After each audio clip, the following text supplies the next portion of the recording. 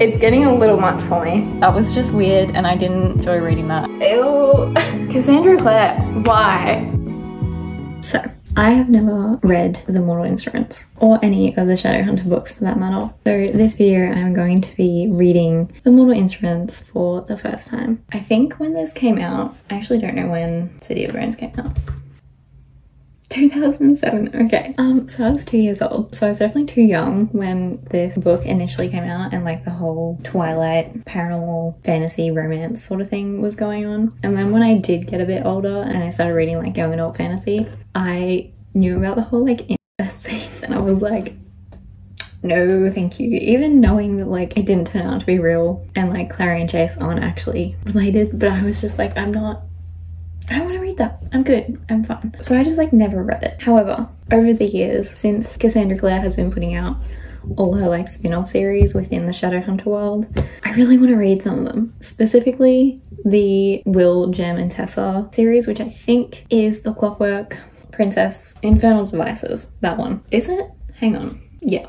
Infernal Devices. I want to read that one, but in order to read that I have to read The Mortal Instruments, obviously, so that I understand what's going on. Since this is an incredibly popular series and it's my first time reading it, I thought I would document my experience reading it because I'm sure it will be a wild ride. Just to preface, like I know most of what happens in at least the first 3 books of The Mortal Instruments because 1, it's been out forever, so like spoilers, you know. 2, I have also watched Carrie Can Read's plot breakdown videos. I don't really care with that sort of thing. I can still enjoy a book if I know what happens. I think most of this video is going to contain spoilers, so if you haven't read it then maybe come back and watch this video after you've read the series. I have book 1 and 2 on loan from the library. They don't have book 3, so I have requested it, but if they don't get it in, I'm gonna go into my actual library building and see if they have it in there. Otherwise, we'll figure something out. Today I have to do some editing, so I don't think I'm going to start the first book until like later this afternoon or tonight maybe, but I'll probably check in at like the halfway mark. I'm excited and scared. I think this is gonna be interesting to say the least. Let's get into it.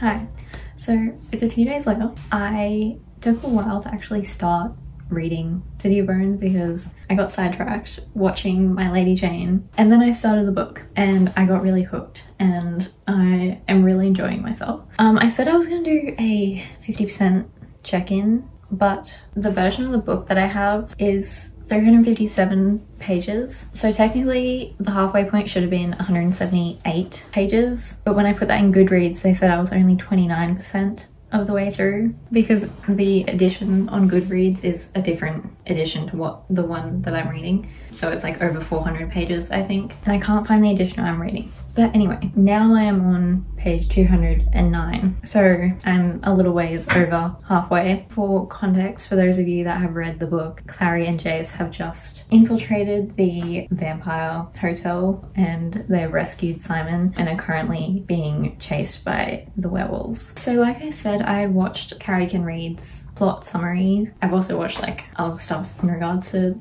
Shadowhunters, and I've just been spoiled over the years because it's been out for a long time. Anyway, so far it's sort of been, especially like the first few chapters, felt like I was rereading a series that I'd already read. Since then, it's just been like fun. It's just like a classic late 2000s, 2010s fantasy. It's just like such a good teen book. I don't know. Cassandra Clare's writing is like very catchy and witty, and the world is very interesting. It's just like a classic setup to a whole new fantasy world. So it's been really fun so far. I didn't realize how like sarcastic and funny it all was. Jace and Simon are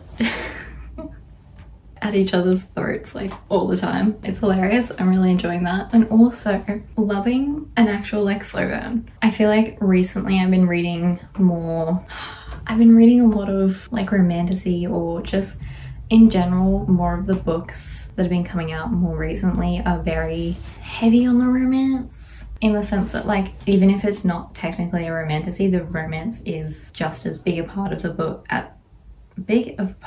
bigger part of the book as the plot. You know what I mean. And I feel like I just haven't been reading like good slow burns recently, which I'm not gonna lie, I don't know how long this slow burn is gonna last for, but just in the sense of like you have little scenes where like the main character and the love interest like share a look, or they have a moment or something like that, but it's not like constantly throughout the whole book. And like coming off of Fourth Wing, it's refreshing to say the least, which I know it's like adult and this is young adult, but still. So I've been liking that, and I really want to read some more like slow burns because I love. Anyway, but yeah, that is my 50% update. So far there hasn't been any shocking reveals that I didn't already know, but it has been a fun time. It's just like a classic. I don't know, that's like all I can think to say. It's just like a fantastic young adult late 2000s fantasy book. I'm really liking it so far. It's funny, it's witty, it's catchy, it's fast-paced, it's interesting. It has an air of nostalgia about it. Even though I haven't read it, it has an air of nostalgia about it. I'm having a really good time so far. I will check in a bit later when I have finished book 1.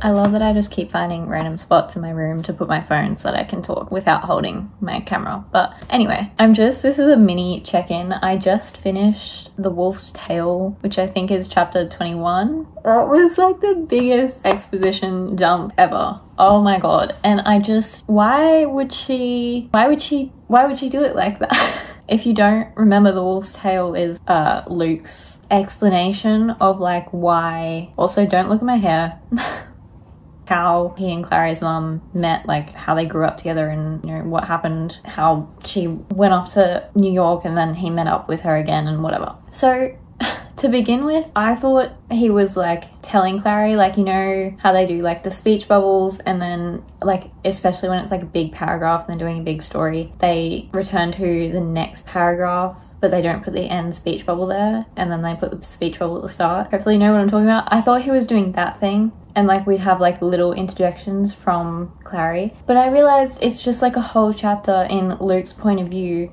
except he's adds in little things randomly here and there as if he is talking to Clary, but then the rest of it is written as if it's a chapter from Luke's point of view rather than him talking to someone, because he's saying like, I limped over to Jocelyn or whatever, and I'm like, you obviously aren't gonna say that in verbal conversation. But then he'd be like, oh, but like no, you don't need to know that information. Like So it bothered me the way that was all written, and I feel like we didn't need to know. I feel like she could have written that in a conversation. I don't know. That was just weird, and I didn't really enjoy reading that. I got kind of bored with that, and the way that chapter was laid out and written was like bothering me. So yeah, didn't love that whole thing going on there.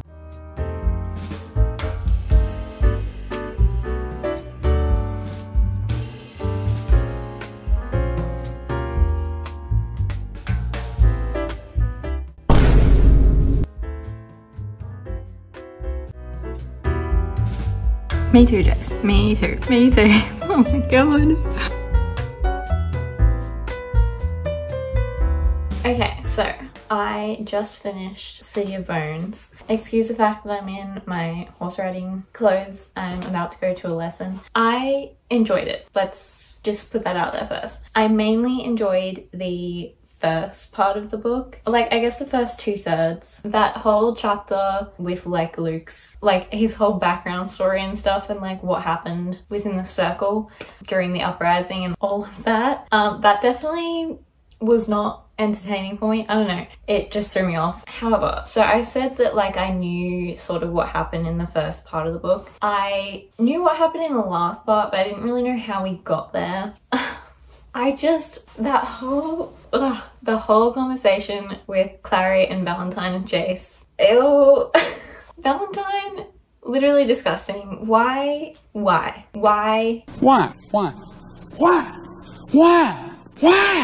What makes you feel the need to orchestrate something like that? I simply,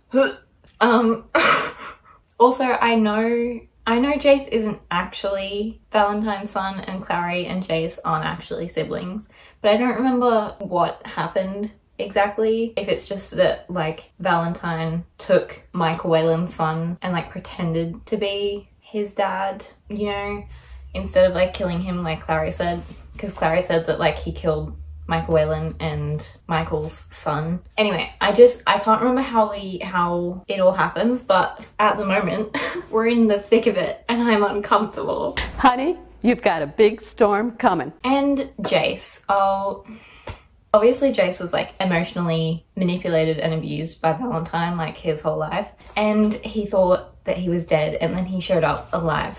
Like lots of emotions, okay? I understand that would be extremely traumatic, and then on top of that you find out that your presumably soon-to-be girlfriend is actually your sister. Lots of things to process there. But when Clary was confronting Valentine in front of Jace and like saying like, you're an awful person, you've done all this stuff and whatever, Jace was like hardcore defending him and be like, no, like he's not like that, whatever. But that doesn't negate the fact that Valentine was still the leader of the circle and the uprising, and his whole goal was to like kill all the downworlders. His purpose, his mission for their group or whatever, was to continue the pure bloodlines of shadow hunters, right? If Valentine was like trying to flip the story, like he wasn't denying that that was his purpose. He was just saying that like, I don't even know what he was saying to be honest, but he was just saying that he wasn't the bad guy. And Jace was like agreeing with him and believing him, but he didn't deny the fact that like that was still the circle's like purpose, to kill all the downworlders. And I'm like, my guy, what do you mean you're still like on his side? Like, like I understand he would have been very overwhelmed. I understand like you just got your dad back, supposedly, but like regardless, he's still a bad guy. I just, like, how are you defending him? I'm so sorry, but like, anyway, so that was like, I was side-eyeing Jace because I was like, what? I understand you're shocked and like happy and whatever that your dad is back, but at the same time, can you also see that like he's not who you thought he was? Maybe? Also, did he realize that he was Valentine? Or did he think Valentine was another person and that his dad, like did he have the realization that his dad was Valentine? Did I miss that in there? Because I feel like they kind of glossed over that. I may have just skimmed it and like not taken it in, but that was a whole wild ride and I'm really... Can we just resolve the plot as quickly as possible, please? If she drags it out I'm sure she's gonna drag it out. I know some things that are gonna happen, but I overall don't know what happens in the second book. I'm excited for Alec to be not as moody and grumpy, hopefully, in the next book, and I'm excited for Magnus to play a bigger part because I love the vibe there. Even though Magnus is like, what, thousands of years old, hundreds of years old? I don't know, weird, but we have an incest plotline going on, so you know, it was good. I can't with the incest. I just simply, why? That's just all I have to ask. Like, why did we have to do that? Why? Because I feel it was not necessary. Anyway, yeah.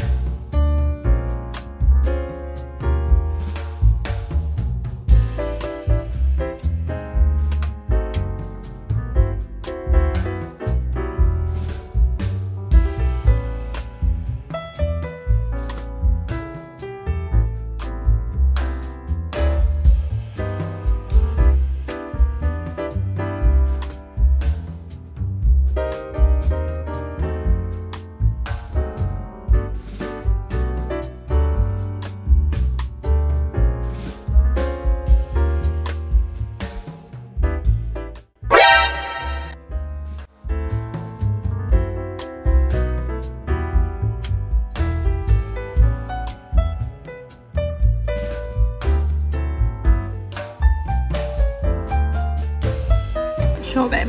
Sure.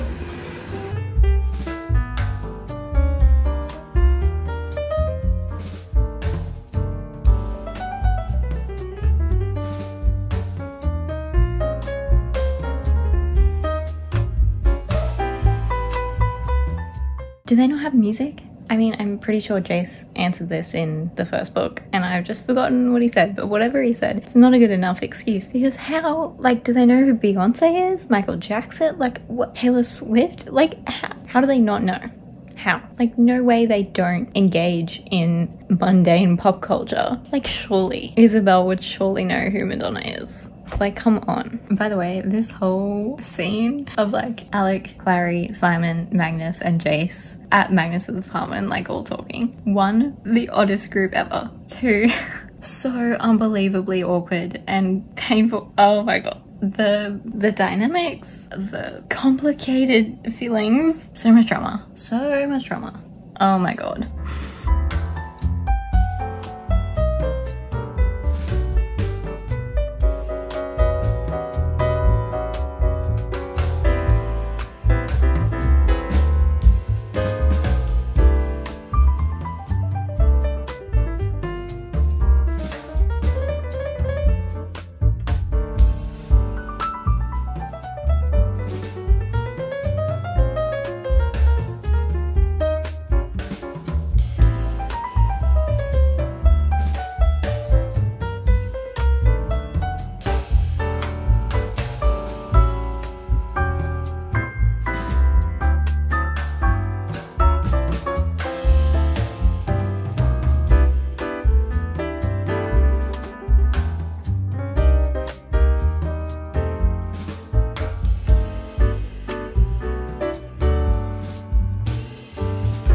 Girl, what Shadowhunter muscles? You've been a Shadowhunter for all of 2 weeks, babe. There are no muscles there. I don't know, man. Simon and Jay seem really close. Ew! Stop. Okay, please excuse the kitchen being a mess. I'm about to clean the kitchen and then do some baking. But I think I'm 150 pages into, is it City of Ashes? I don't know, the second book. The whole incest thing is really ramping up. Okay, so we're at the point where Simon has just been reborn or whatever. He's a full vampire now. And we're at Luke's house and Maya has just been attacked by like the weird demon thing. Anyway, but before that, we've just had a conversation between Jace and Clary. Stop. I can't. This is so... Okay. about the kiss that they had to do for the queen of the silly court or whatever, because she knows that they're not actual siblings, obviously, but they don't know that. And Jace was like, let's run away, let's keep it secret. And then he has the goal to be offended when Clare is like, everyone we love will think it's sickening. He's like, you think what I feel for you is yes. Yes, Jace, yes. Jace is just willing to like throw it all away. What is so great about Clary that he what is so great about Clary that he is willing to cross just like natural boundaries of the world? What do you mean? He's going against nature. This isn't, it's getting a little much for me. I'm struggling. And Clare is now like, my punishment for what happened to Simon is that I can't talk to Jace or be near him. And I'm just like, you drama queen, like, I'm so sorry, but who cares? And how does that relate to Simon? Like, how is that anyway, I'm struggling with Clare and Jace right now, but like the rest of it's a fun time, okay? It's, you know, it's fun, okay? It's silly, it's goofy, it's fun, but the incest better get cleared up like real quick, because I can't do it. Cassandra Clare, why? Just one question, why? Why did you want to write this? Hopefully it's cleared up soon. I don't actually know when this whole thing gets cleared up, but I really want it to be over soon, quickly, now. Like, I can't do it. Anyway, we're having a fun time. Things are happening. Simon's a vampire now. Yeah.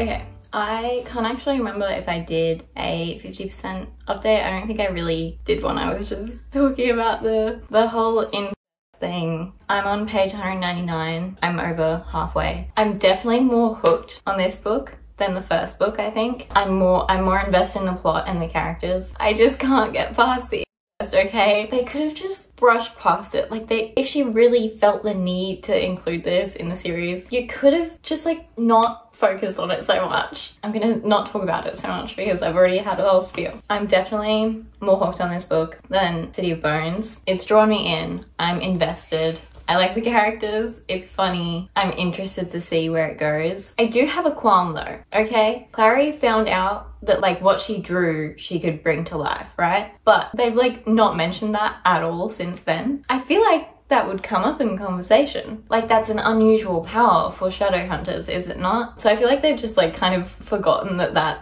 happened. Is it the same thing as her being able to create new runes? That's my lunch. Oh, hang on. Because like, again, I just feel like they just like didn't mention it after that happened. And I was like, we're not gonna talk about that? Or no one's curious why she can do that? What else? Alec and Magnus. They're having some drama. Magnus is a little jelly. And Jace is so blind. Dude, honestly. Yeah, I don't really know what else to say. I'm just having a good time until they mention the incest. And then I'm dying on the floor, gagging. I want to throw up. So many unnecessary comments that just make it so much weirder. Like, ugh. But I'm having a good time. It's very fun. It's silly. Also, if you see me wearing the same clothes in every single video, I have a small wardrobe, okay? I don't have that many clothes. Don't judge. Anyway, that is my little update. I'm gonna try and get it finished today or tomorrow. Probably tomorrow. We'll see.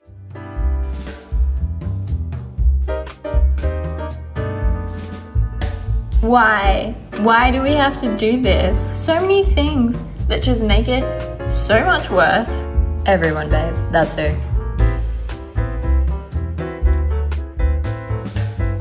Just throwing this out here, wild theory, is Stephen's first, or was Stephen's first wife Luke's sister? Does Luke have a sister? I'm on like the last stretch. I've got roughly 40 pages left. We're on the boat, okay? Izzy has just been attacked by a demon, but she's poisoned, right? Why are these guys standing around in the middle of a battle? Same with the Inquisitor and Jace. Like, this is just after the Inquisitor pulled Jace aside to be like, so you really believed that Michael Whalen was your son, was your father the whole time? Jace is like, what? Yes. Is this seriously what the time you want to have this conversation? Anyway, she's dead now. Izzy's been poisoned. And they're still standing around in the middle of battle. Alec has just said that there's too many demons. They're getting slaughtered. Like, the Shadow Hunters are getting slaughtered. But they're just standing around talking.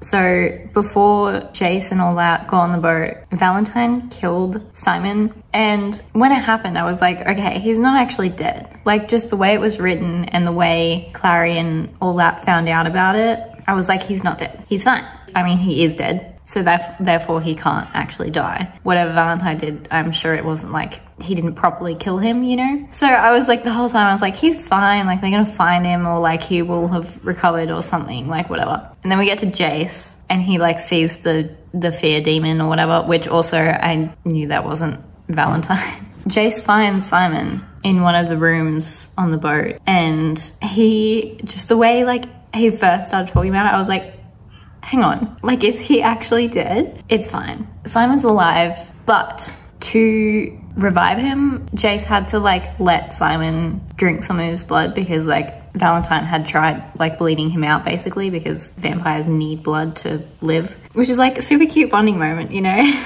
But I don't know if this is like, I don't know if this means anything, but like Jace is like really focused on like the fact that Simon has his blood in his veins, and I'm like, maybe he's just weirded out by it, like a little bit freaked out, which is like fair enough, or maybe there's something else and I'm a little curious. Also, is Jace now a vampire? Because Simon started attacking him and like drinking from his neck, so I can't remember how it works when they like turn someone into a vampire, but does that mean Jace is?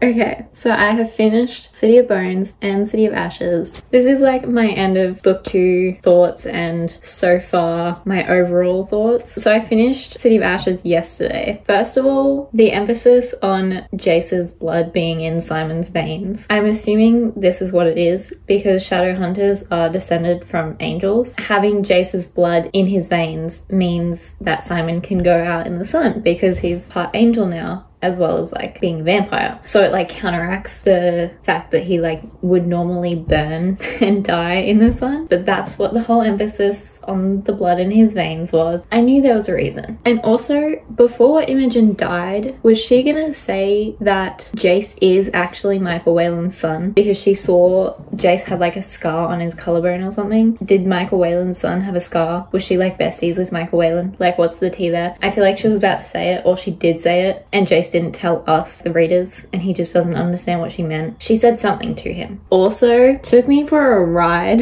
thinking that Simon and Clare were actually going to try and still date at the end after all this has happened, because Clare rocks up at Simon's house and he's like, hey baby, and I was like, no way that you're actually gonna try and date after all that happened in this book, okay?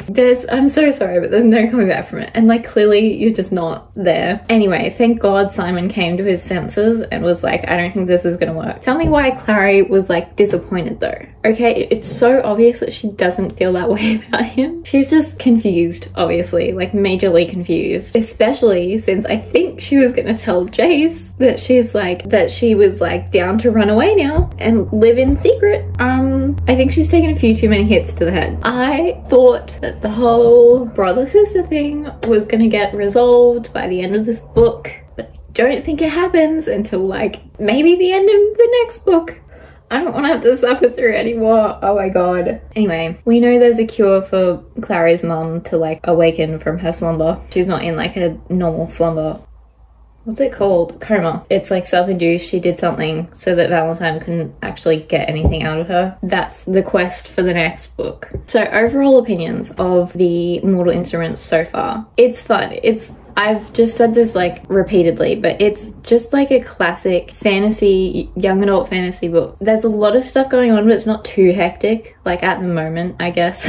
We'll find out when we get to the later books, but at the moment there's a lot of stuff because like there's demons, there's angels, there's shadow hunters, there's warlocks, there's fairies, there's mermaids. Pretty sure there's mermaids. There's werewolves and vampires and, you know, there's a lot of stuff going on. But at the moment, it like all sort of makes sense and it's not. And, you know, there's a reason why it's so popular. Like, it's good. It's entertaining. And definitely when this came out, it was like peak fallen angel, vampire, werewolf, like essential late 2000s pop culture era kind of book. But yeah, it was really fun. I enjoyed it. I don't enjoy the Clare and Jace thing. I just want to be able to enjoy a romance plotline without... Oh, I'm not going to talk about it because I've already had like 4 different separate rants in this video about it, and I'm sure there's going to be more in the next. But anyway, great book aside from that. Okay, so my plan for this series is to do 2 books per video. So I believe there's 6 books in the Mortal Instruments. I'll have 3 videos for the Mortal Instruments series, and then I will also read the spin-off series, the continuation series, whatever. I don't know how many books are in all of them, so we'll sort that out when I get to it. But at the moment, we'll have part 1, part 2, and part 3. I will have part 2 up as quickly as possible. Depends on how quickly I can read the books. I hope you enjoyed this video. I hope it was entertaining for you to see someone react to the Mortal Instruments for the first time. I just can't get over it. Like, what? Why did she want to include this? Why would you want to write this? I'm just referencing like Jace and Clare, okay? I'm not talking about the books as a whole. I hope you enjoyed this video. Thank you so much for watching. Stay tuned for part 2 and part 3, and I will see you in the next one. Bye!